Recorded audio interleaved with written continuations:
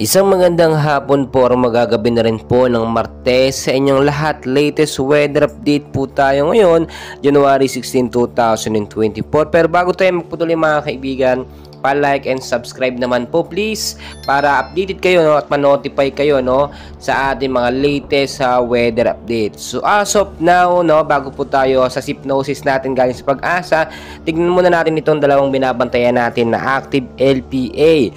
Nandito po yan sa baba ng ating Philippine Area of Responsibility. Dalawa po yan. Ito po si Anggrek, yung isa.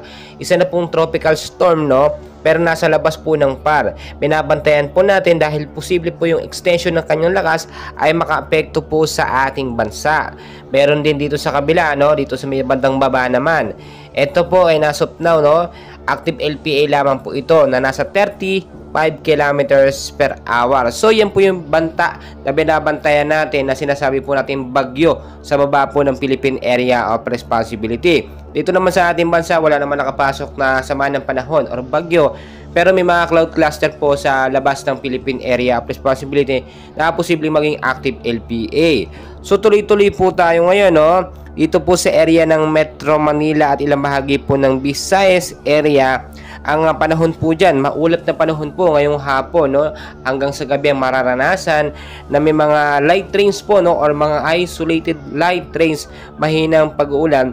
Dala po yan ng northeast monsoon. So wala namang masyadong impact yan, pero mag-ingat pa rin po tayo dahil posibleng magbago yan at posibleng bumuhos biglaan ang malakas sa pag-uulan. Mag-ingat yung mababang lugar po sa Metro Manila, sa Luzon at gayon din sa matataas na lugar.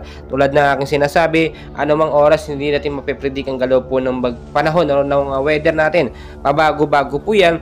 Always know the weather before you go para safe at alam po natin yung lagay at ano po yung mga dapat natin gawin kung sakali magkaroon man ng malakas na pag-uulan.